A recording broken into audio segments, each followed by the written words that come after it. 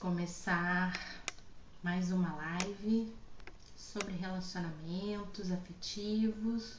Tô aqui avisando o pessoal.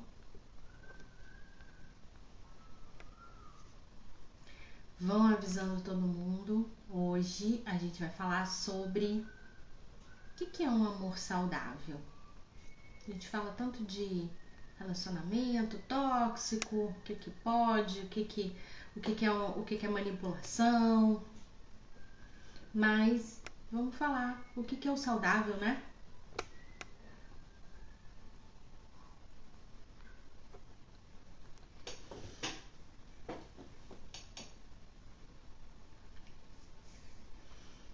Aguardando aqui enquanto o pessoal vai entrando.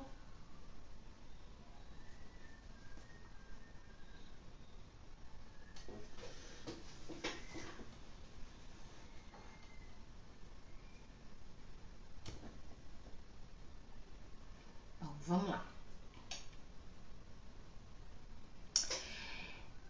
Cada um de nós tem uma forma específica de se vincular. Vou tirar o óculos, senão vocês vão ficar vendo só a lâmpada, né? Cada um de nós tem uma forma específica de se vincular às outras pessoas. E é o que a gente vivenciou, que a gente aprendeu na infância, é a maneira como a gente vê as pessoas da nossa família se relacionando. Então eu vou falar alguns exemplos de formas que são encontradas, que as pessoas utilizam para se vincular a outras pessoas. E que às vezes não significa que seja totalmente ruim, mas às vezes elas atrapalham um pouco essa conexão mais profunda de amor maduro, de um amor que realmente traz paz, que traz alegria para nossa vida, que preenche, né, aquilo tudo que a gente precisa para se sentir valorizado, para se sentir visto. Então, dependendo da maneira como a gente se vincula, às vezes isso impede um pouco essa vinculação saudável. Tem pessoas que gostam mais de se relacionar numa base mais física. Então, sempre que vão buscar um relacionamento afetivo, a primeira coisa, a coisa mais importante é o físico, é a atração física, é esse que a gente chama de química, né? Tem química, não tem química? Se não tiver química, não quero nem saber.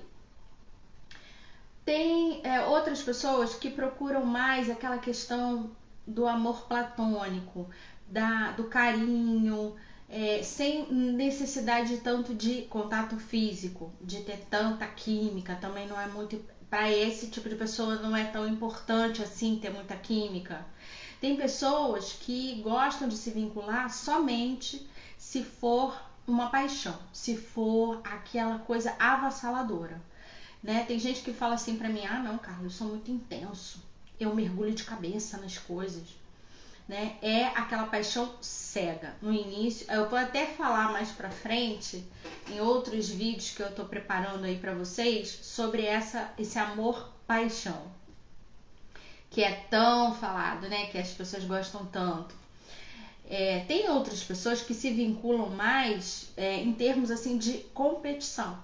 Tem muito conflito no relacionamento para ver quem é que tem mais poder. Então cada um usa aquilo que sabe mais, né, para controlar o outro, para ter mais poder, para ter domínio sobre o outro. É uma forma de vinculação. Tem pessoas que são mais obsessivas e que têm mais necessidade de controle. Então, a principal forma de se vincular é tá buscando controlar tudo que a outra pessoa faz para ter certeza de que nada vai fugir daquilo que ela planejou. É uma forma de vinculação. Tem pessoas que têm mais tendência para paranoia, estão sempre achando que alguém vai trair, que alguém vai puxar o tapete, que alguém vai fazer alguma coisa para prejudicar. Então eu preciso estar sempre também observando tomando conta, tentando saber todos os detalhes da vida daquela pessoa. São esse tipo de relacionamento em que um mexe no celular do outro, fica nas redes sociais, todo mundo tem que ter a senha das redes sociais um do outro, necessidade de se prevenir de uma possível traição. Tem pessoas que têm mais tendência a um amor simbiótico. O que é isso? São aqueles casais que fazem tudo juntos. Vai na padaria juntos, vai no supermercado junto, tem que ir ao banco, vamos junto. Por quê? Não conseguem ter autonomia. Eles estimulam a dependência um do outro. É um amor mais simbiótico. E por último, é o mais doentio de todos, e que eu tô falando aqui de formas de vinculação. Para quem está entrando agora, eu tô falando formas de se vincular a outra pessoa, formas de se conectar, tá? No primeiro momento, no relacionamento amoroso. E um dos mais doentios é o sadomasoquista, é a forma sadomasoquista de se vincular, em que um tá sempre colocando o outro em sofrimento. E é um tipo de relacionamento onde mistura a paranoia, quer dizer, eu acho que essa pessoa vai acabar me prejudicando, a obsessão, então eu tenho que controlar essa pessoa porque em algum momento ela vai fugir do meu controle, e a simbiose, eu tenho que estar junto, eu tenho que fazer coisas juntos, essa pessoa não pode ter autonomia. Quando junta tudo isso, a gente identifica um relacionamento do tipo sadomasoquista. Tem uma pessoa que ela está sempre sendo controlada, ela está sempre sendo humilhada, ela está sempre sendo desvalorizada, e o outro que está sempre ali em cima dominando, dizendo: olha, você não tem valor, você não pode fazer as coisas sozinho, você não tem condições de se cuidar sozinho. E aí isso vai criando essa simbiose, porque uma pessoa está sempre atuando no sentido de manter o controle, e a outra não consegue escapar disso, ela não consegue se sentir forte o suficiente para sair disso. São aquelas relações também que tem muita briga, que volta, que termina, que faz as pazes, termina de novo, faz as pazes. Então as pessoas estão sempre se colocando numa posição de sofrimento. E aí quem olha de fora fala assim: nossa, mas esse casal não ata nem desata, tá sempre brigando, estão sempre voltando. O que é isso? Por que não resolvem, né, logo essa situação? É um tipo de vínculo. Por incrível que pareça, essas pessoas estão tentando se manter juntas, e a única forma que elas conseguem é essa. Mas hoje a gente não vai falar da doença, a gente vai falar do que é saudável. Então vamos começar a olhar algumas atitudes que a gente pode ter com a pessoa que a gente quer ficar, com a pessoa que a gente está ali envolvido, querendo transformar isso num relacionamento sério. O que é necessário para que isso seja mesmo visto, se torne um amor saudável? Admiração. Primeira coisa, admiração. Eu vou falar 11 itens aqui, tá? Primeiro, admiração. Quando você sente admiração pelo outro, como que isso se configura? Você percebe a força do outro e você dá valor a isso, você admira essa força do outro. Todos nós tivemos problemas na vida, né? Familiares, na infância, dificuldades na infância, tivemos perdas, abandonos durante a nossa vida, difíceis de superar. E cada um de nós encontrou uma forma de lidar com essas dificuldades. E às vezes essa forma que eu lido com as minhas dificuldades, com as minhas perdas, com os meus lutos, é diferente da forma que outra pessoa, mas é aquilo que eu consegui. E o fato de eu ter conseguido, isso demonstra a força que eu tenho. E isso tem que ser admirado. É nesse sentido que eu tô falando. Porque eu tô com uma pessoa, mas essa pessoa tem defeitos, essa pessoa tem manias, essa pessoa ela faz coisas que eu não faria, né? Fuma, bebe, às vezes bebe demais, não cuida da saúde, come coisa que não devia. Alguns detalhes que às vezes a gente olha e fala assim, nossa, eu não faria isso. Mas ela tem o jeito dela de lidar com algumas questões que são difíceis para ela. E esses detalhes que você não faria, que você acha que não são legais, que você critica, até uma certa medida, você tem que olhar para essa pessoa como, olha, ela está tentando lidar com a vida dela. Eu tenho que admirar isso. Então, isso é o primeiro item. Olhar para essa pessoa que você gosta, apesar dos defeitos, das fraquezas, dos pontos que você olha assim com um pouco de crítica, você tem que também conseguir admirar essa pessoa. Segunda coisa, ser continente para o outro. O que é ser continente? É conseguir receber as coisas que vêm do outro com empatia. Deixa eu ver, alguém tá falando aqui, você... E aí, essa empatia eu olho pra você e eu vejo você, eu entendo o seu sentimento, ou eu tento entender o seu sentimento. Eu tento sempre estar olhando de verdade pra você. E quando você se manifesta de uma forma que não é muito bacana pra mim, com raiva, com medo, com insegurança, com a ansiedade, eu consigo ser continente. Eu consigo olhar isso e acolher esse sentimento que para mim pode ser estranho, que para mim pode ser não muito saudável, mas é o que você está trazendo naquele momento. E eu consigo ser continente. Então, outra coisa que transforma o amor num amor saudável. Porque nem sempre a pessoa com quem você está, ela vai ser a paz em pessoa, né? Vai ter momentos que ela vai chegar irada de alguma situação que aconteceu lá fora, ou vai ter momentos em que ela vai ter uma perda muito grande, você vai ter que ajudar essa pessoa a superar essa perda. E nesses momentos de crise é que a pessoa ela mostra o lado mais difícil dela. E aí ser continente é uma função dos dois. Vai ter cada um em um determinado momento vai precisar utilizar isso, ser isso para o outro. Outra coisa, terceiro item, saber escutar. E esse escutar não é só a pessoa tá falando e eu tô aqui quieta, parece que eu tô escutando, prestando atenção, mas eu tô viajando, pensando nas minhas coisas. Não, é realmente escutar o que essa pessoa tá trazendo para o relacionamento. Pode ser que ela esteja falando muito, num primeiro momento, querendo te conhecer, querendo saber, querendo fazer perguntas sobre você e você se reservando, não deixando ela no ar, deixando ela sem saber o que você realmente pensa.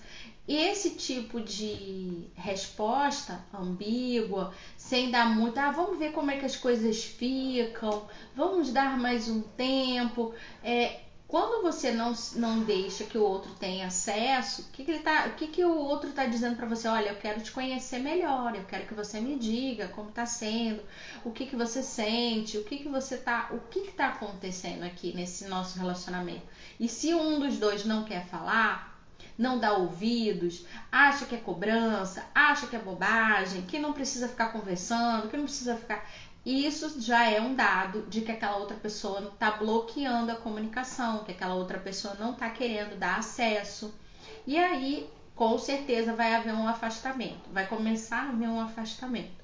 Sempre dar ouvidos, sempre escutar o que o outro está dizendo. Quando o outro está dizendo, olha, isso aqui está demais, você me liga muito, você me telefona muito, você está sempre mandando mensagem, eu não posso responder. Escuta. Isso está dizendo sobre a pessoa, sobre como ela quer se relacionar, né? E aí também, quando você tá com essa outra pessoa, e você diz, olha, eu não gostei disso que você falou, não gostei dessa roupa que você tá usando, eu acho que a gente não pode se tratar assim em público. Todas essas frases, elas estão falando algo importante. Dê ouvidos, sempre dê ouvidos. Quarto item, disponibilidade nos momentos bons e nos momentos maus. Outra coisa que transforma o relacionamento num relacionamento saudável, que é super importante, é você conseguir estar disponível quando essa pessoa precisa, né? Poder se doar também. Então, essa pessoa pode estar passando por uma situação difícil no trabalho, na própria família dela, né, com os pais, com alguém doente. E aí é a hora que geralmente a gente se disponibiliza, vamos estar juntos. Mas tem horas também que essa outra pessoa, ela quer que você participe de coisas. Eu quero que você venha comigo no aniversário da minha família, ou que você venha comigo na formatura de um amigo. Esses momentos que às vezes podem ter situações em que você não está com muita vontade, que você não gosta da família dessa pessoa, alguma situação assim que ele está te convidando para participar e você não está com muita vontade, tenta fazer um esforço para participar, estar disponível, tanto nos momentos bons quanto nos momentos ruins, é parte do relacionamento saudável. Estar disponível, estar sempre ali por aquela pessoa. Quinto item, a atração física, que estimule um contato prazeroso. Então, a atração física, lógico, nós somos seres humanos. De relacionamentos onde não existe contato físico, onde não existe esse desejo de toque, de abraço, de sexo, isso não é um tipo de relação saudável. É uma relação que tem uma parte ali que ninguém quer olhar, que ninguém quer entrar em contato. E tem alguma coisa aí que tem que ser resolvida. Porque somos humanos, somos animais sensoriais. Precisamos dessas sensações para nos sentir vivos. Então, a relação de amor saudável envolve também toda essa parte aí física. Se não tá bom, se não tá gostando, se o papo é muito bom, a convivência é muito boa, mas essa parte não é muito boa, tem que ter diálogo, tem que conversar, tem que ver o que houve, o que está acontecendo, que mudou, não mudou, por quê?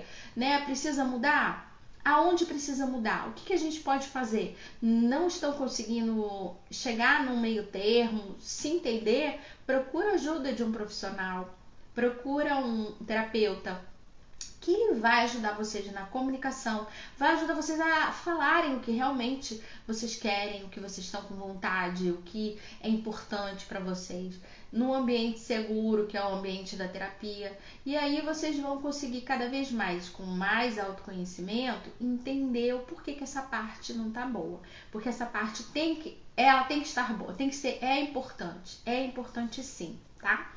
A atração física realmente é muito importante. Sexto item, construir novos projetos juntos, atividades prazerosas que envolvam a família, que envolvam todo mundo da família também. Então, a relação de amor saudável, ela envolve que todos ali tenham interesses, claro, cada um tem os seus interesses, mas que tenham interesses em comum também. E que façam coisas juntos. Então, uma viagem juntos, né? Se a família gosta de esportes, praticar esportes juntos. Se a família gosta de comida, de experimentar coisas novas, ir a restaurantes juntos, fazer almoços em que todo mundo ajuda a preparar a comida juntos. São situações aonde você une todos ali, né? Se for só um casal, você tá ali, o casal tá fazendo coisas juntos, aumenta a intimidade, aumenta a comunicação e aumenta aquela sensação de identidade, de que vocês têm interesses e que gostam de realizar coisas novas juntos e desenvolver coisas novas juntos. Então eu muitas vezes eu falo assim pro casal, quando tá muito assim, cada um vivendo a sua vida, não fazem quase nada juntos, vão aprender alguma coisa juntos. Então, uma dança de salão, aprender uma dança de salão juntos é ótimo. Ou praticar um esporte juntos, vamos fazer ciclismo, cada um com a sua bicicleta, vamos conhecer lugares novos de bicicleta. Façam coisas em que vocês se sintam conectados por um interesse em comum. Isso é muito bom e ajuda muito a manter a saúde da relação. 7º item, companheirismo, onde na relação todo mundo sabe quais são os seus deveres, todo mundo sabe quais são as suas limitações e cada um ali é consciente do seu papel na relação. Então, num casamento, todo mundo tem seus deveres. Faz parte do contrato implícito do casamento. Então, muitas vezes tem alguém que tem mais habilidade para organizar e o outro não é muito organizado. Então, implicitamente, tem um que fica mais responsável por essa parte do casamento, da relação. Ou tem alguém ali que é mais extrovertido, que é aquela pessoa que está sempre procurando estar em situações sociais e o outro é mais introvertido, mais recluso, ele não gosta muito. Então aquilo é uma limitação para ele. Ele não vai querer estar tão ativamente participando de eventos sociais, saindo, mas ele pode ser respeitado nisso. Então, chegar no meio termo, olha, a gente vai nesse evento, nesse outro eu vou ficar com você em casa. Então, cada um saber qual é o seu papel, quais são as suas limitações, até onde um vai e o outro não. Pequenas coisas, são pequenas coisas que a gente se sente mais confortável e que o outro respeita. Então, se você está num casamento e tem alguém que um dos dois gosta muito de carro, gosta de saber da manutenção do carro, da limpeza do carro, de tudo. Então, esse pode ficar responsável por essa parte. E o outro, se o outro não gosta, por que o outro tem que ficar encarregado, às vezes, de ser tão bom quanto aquele que gosta? Né? Então, por que isso? Não, porque você tem que ser parecido comigo? Nem sempre. Você pode deixar o outro ser espontâneo, ser ele mesmo, dentro dos papéis que ele desenvolve ali, dentro daquele casamento, daquela relação, respeitando as limitações e os gostos também de cada um. Então, isso daí também é muito importante para ter uma relação saudável. E aí tem que ter muita comunicação mesmo, porque nesse ponto aí de saber os papéis, os deveres de cada um na relação, muitas vezes vem a idealização. Então vamos dar um exemplo. A mulher casa e ela quer trabalhar. Ela tem o trabalho dela, tem a profissão dela. Ela fica muito focada ali no trabalho dela. Para ela é muito importante ser uma excelente profissional. Para ela não é muito importante ser uma excelente dona de casa. Mas pode ser que para ela, a idealização que ela tem de boa esposa eu vou ter que ser boa profissional e boa dona de casa. E eu não vou falar nada sobre isso, porque isso é meu papel. E aí o marido, ele olha para essa mulher com quem ele casou e sabe que ela quer trabalhar, que ela gosta de trabalhar, que ela se dedica muito à profissão dela. E para ele tá tranquilo ele ajudar nas tarefas domésticas. Mas como ela não fala nada, não pede nada, ninguém se comunica, ninguém negocia muito, o que acaba acontecendo? Ela absorve tudo para ela, o marido fica tranquilo achando que tá tudo bem, e passando o tempo, com o passar do tempo, essa mulher vai ficando nervosa, mal-humorada, a TPM vai virar uma coisa absurda de irritação, uma série de coisas que ela vai começar a acumular, porque ela tem um ideal de que a boa esposa tem que ser isso. E ela nunca conversou sobre isso com o marido. Então, nesse momento, para ser saudável, para que esse amor seja um amor saudável, é importante essa conversa, essa comunicação, poder falar sobre o que eu acho que é o ideal, mas eu não consigo ser esse ideal que eu acho na minha cabeça. Tá tudo bem para você? Dá para você dividir isso comigo? eu posso me sentir segura de falar sobre isso e a gente chegar num acordo, quais são os nossos papéis aqui? Isso é muito importante. E por mais que pareça bobagem essas conversas, tem muito casal que não conversa mesmo. Não conversa sobre isso. Fica tudo muito implícito e um acha que o outro pensa de um jeito, mas ninguém conversa e o tempo vai passando e vai vindo uma irritação, vai vindo uma falta de paciência, né? Umas explosões de raiva que ninguém entende direito de onde veio e depois vai ficando cada vez pior. Então esse momento aí de definir os papéis e respeitar as limitações é super importante. 8º item, aí vem a parte quando tem as divergências. Quando as opiniões divergem, o que fazer para que esse relacionamento continue sendo saudável? Tá tudo bem, gente, ter divergências de pensamento sobre política, sobre religião, sobre algumas coisas importantes, tá tudo bem, vocês são diferentes. Vocês têm objetivos em comum, mas em alguns pontos vocês podem pensar diferente. O que tem que acontecer é encontrar uma forma de conviver com essas diferenças, respeitando essas diferenças e convivendo com isso. Por quê? Não é só por causa disso que você ama uma pessoa, nem é só por causa disso que você vai deixar de amar uma pessoa. Porque ela não tem a mesma religião que você ou porque ela não tem a mesma visão de política que você. São coisas importantes, é a nossa forma de falar de como a gente vê o mundo, a nossa religião, a nossa concepção, né, de política, de como que as coisas devem ser na sociedade. É importante, mas às vezes a gente consegue ver no outro alguns pontos em comum que são mais importantes. Então, é uma pessoa com você valoriza muito o altruísmo, por exemplo, praticar a caridade. Essa pessoa não tem a mesma religião que você, mas ela é altruísta como você.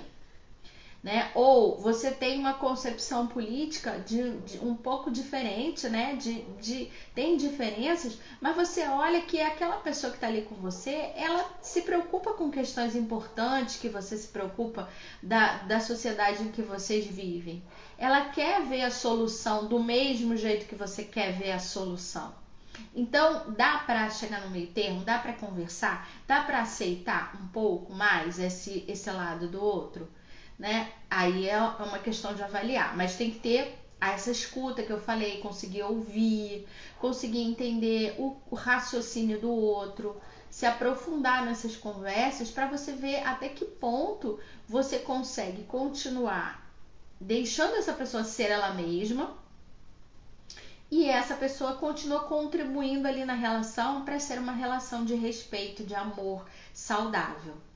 Às vezes, quando a gente conhece alguém que tem uma visão de mundo um pouco diferente, isso é até positivo, porque a gente começa a olhar para questões que a gente nunca parou para prestar atenção.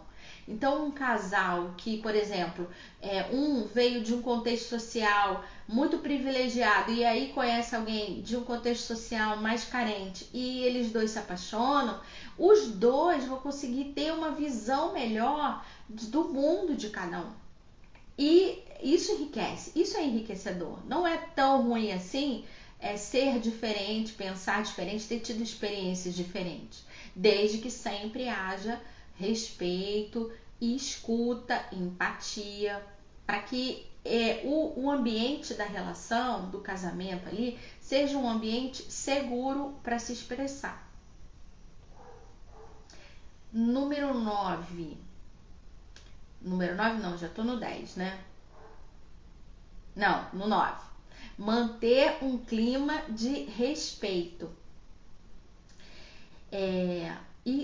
O respeito, ele gera confiança. E eu falo muito sobre confiança. A confiança no relacionamento é tudo. Mas quando eu falo confiança, eu não falo assim, essa confiança assim, será que ele tá me traindo? Será que tá me enganando? Será que tá mentindo pra mim? Não, não é isso. É confiança em que aqui, nesse ambiente, é um ambiente seguro para eu ser eu mesmo. Tanto para o homem quanto para a mulher. Toda vez que você está numa relação em que você não sente confiança para você falar o que você pensa, que você não sente confiança para se expressar, para ser espontâneo, não tá bom. Não é um relacionamento saudável. Então, ser espontâneo é assim fundamental para você saber. Se você se sente seguro ali para ser espontâneo, então você está num relacionamento saudável. Esse é o objetivo.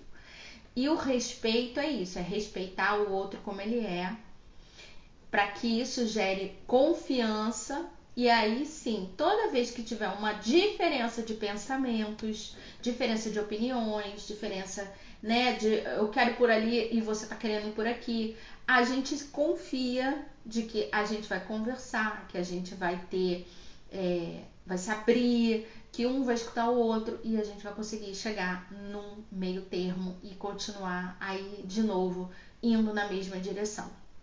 Então, manter o clima de respeito. O respeito é, eu nunca vou ridicularizar o meu companheiro, minha companheira. Eu nunca vou diminuir a importância do que essa pessoa está sentindo. Eu nunca vou criar rótulos para essa pessoa. Ai, você é muito reclamão. Você tá sempre reclamando. Ah, você é muito dramática. Você tá sempre chorando, fazendo drama das coisas. Nunca. Isso não gera um ambiente de confiança. Pelo contrário. Quanto mais eu recebo essas informações do outro, menos eu quero ser espontâneo, menos eu quero me mostrar como eu realmente sou. Então, não pode haver crítica, deboche, ridicularização. Não. 10. Confiança, né? Só se consegue quando se tem amor às verdades. Isso daí também é outra coisa muito importante. Olhar para o relacionamento, gente, como um espaço que a gente tem que ser verdadeiro. Não dá pra gente estar num relacionamento querendo que seja uma relação duradoura e feliz se a gente não pode falar a verdade. Sabe, tem pessoas que sentem muita ansiedade porque são muito exigentes, são muito autoexigentes. Então, eu não posso errar, eu tenho que ser perfeito, eu não posso fazer isso, eu não posso fazer aquilo. E aí, essa ansiedade leva à compulsão, a usar comportamentos compulsivos para baixar a ansiedade. E aí, tenta esconder do outro. Então, por exemplo, comida. Você tá ali com alguém do seu lado, vivendo com você, a pessoa não para de comer, a pessoa não para de fumar, ou a pessoa não para de tomar remédio para dormir, e você falando o que está acontecendo, o que é isso, por que você não vai no médico, por que você não se cuida, e a outra pessoa, não, tá tudo bem, tá tudo, fica dando desculpas, não quer falar a verdade do que está acontecendo com ela, do que está sentindo. Às vezes acontece no casamento, de ter um interesse por alguém de fora, né? Tá ali vivendo a vida no casamento normal, aparece uma terceira pessoa que dá um interesse. A gente tá vivo, gente. Isso aí também é outra coisa que não existe. Só porque eu tô casado, nunca mais eu vou me interessar por ninguém na vida, eu nunca vou achar ninguém interessante. Claro que vai, você tá vivo. Vai aparecer, eventualmente vão aparecer pessoas aí na sua vida que você vai olhar, nossa, que pessoa interessante, uma conversa inteligente, nossa, mas essa pessoa tá me dando tanta atenção, por que será? E aí pode acontecer de você começar a ter um interesse especial ali, mas isso não significa que o seu casamento acabou, que o amor acabou, não, só que você tá vivo. Só que você tá vivo. E aí, o que tem que acontecer? Confiança e amor à verdade. Sentar com essa pessoa, com o marido, sentar com a esposa e falar, olha, tô sentindo uma coisa diferente, né? Eu tô me sentindo diferente, eu quero conversar sobre isso em relação ao nosso casamento. E aí, olhar para dentro e ajudar o outro a te ver como você é. O que isso vai fazer? Gerar confiança, não vai gerar desconfiança, ao contrário, vai gerar confiança. o outro, certamente, o outro vai olhar para isso e vai falar assim, realmente, tem alguma coisa que a gente precisa cuidar. E vamos cuidar. Se você tiver com uma pessoa que você já está vivendo na base da verdade, da confiança, do respeito, da empatia, da comunicação. Aí, se quando chegar um momento assim, em que você se ficar na dúvida se você deve falar a verdade ou não, como você está se sentindo, se você está na dúvida é porque você já sabe que ele não tem confiança. E se você sabe que tem confiança, você não vai ter dúvida sobre a verdade, sobre falar a verdade. Amor à verdade eu acho que assim, é um desses itens aí todos que eu falei, um dos que menos que aparece nos relacionamentos. As pessoas ficam sempre assim, não, eu não posso ser totalmente verdadeiro, porque senão o outro vai me deixar. O outro vai ter briga, o outro não vai me entender. E não é assim, as pessoas suportam. Outra coisa que eu vejo muito nos relacionamentos é um querendo ser mais forte que o outro, falando assim, não, se eu falar a verdade, o outro não vai suportar, não vai aguentar a verdade. Eu não posso falar a verdade. Claro que pode! Claro que o outro vai suportar. Quem é que morre ao escutar uma verdade? Quem é que fica surtado, fora da realidade, porque escutou uma verdade? Ninguém. Só se for uma pessoa que já é doente, né? Bem doente, para não aguentar ouvir uma verdade? Então, claro que o outro consegue suportar. Ele vai ficar decepcionado? A ilusão de repente vai acabar em relação a você? Vai, mas isso faz parte de um relacionamento saudável. Não ter ilusões. Ser verdadeiro é você olhar e ser visto com todas as suas fraquezas, as suas limitações. É isso. E aí o outro olha você do jeito que você é e fala assim, não, mas eu quero ficar aqui. Isso aqui é bom. Mesmo assim eu quero continuar. Agora, se você não consegue ter amor à verdade, o que vai acontecer? Você está se relacionando com uma pessoa que não te conhece, que está vivendo numa ilusão. É isso que tem que ser? É melhor assim? Estar vivendo numa ilusão? Claro, lógico que eventualmente esse véu vai cair e a outra pessoa vai te ver como você é. Ninguém consegue se esconder a vida inteira. Vai ter algum momento. E é interessante como que quando uma pessoa ela fica na mentira, tentando ser o que ela não é de verdade para o outro, como que sempre tem momentos em que o véu cai, o outro vê, perde a ilusão e fica ali olhando e pensando, mas por que essa pessoa não conseguiu falar isso pra mim? A gente podia ter resolvido isso juntos. Só que aí essa pessoa que mentiu, ela já demonstra que ela não consegue ter um relacionamento saudável. Para ela é muito difícil ser visto como realmente é. Então esse daí também é um item super importante. Ter amor às verdades no relacionamento. E por último, o último item o amor, né? É uma conclusão. O amor saudável, ele é resultado de tudo isso que eu falei. E a última característica assim que a gente pode enumerar de um relacionamento de amor saudável é estar disponível para fazer esse trabalho. O amor saudável, ele dá muito trabalho. Ele requer que a gente esteja atento aos detalhes.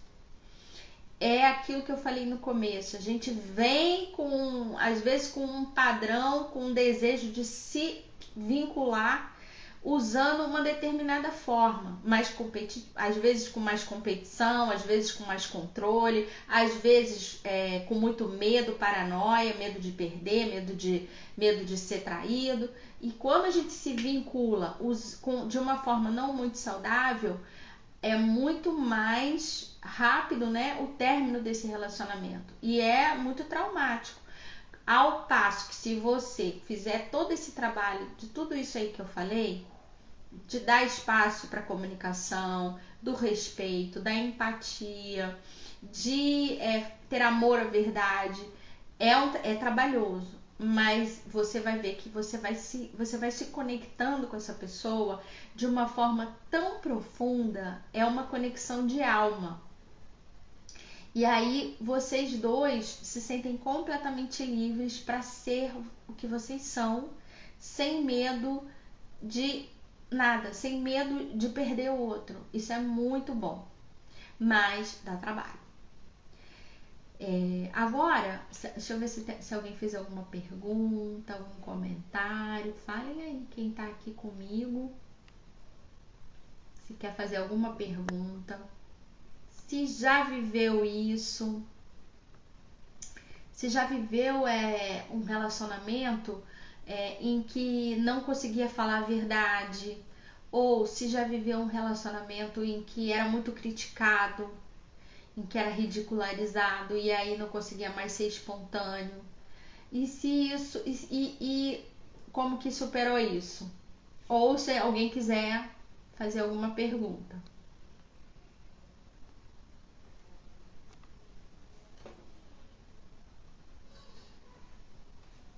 Bom, eu vou deixar aqui então o vídeo.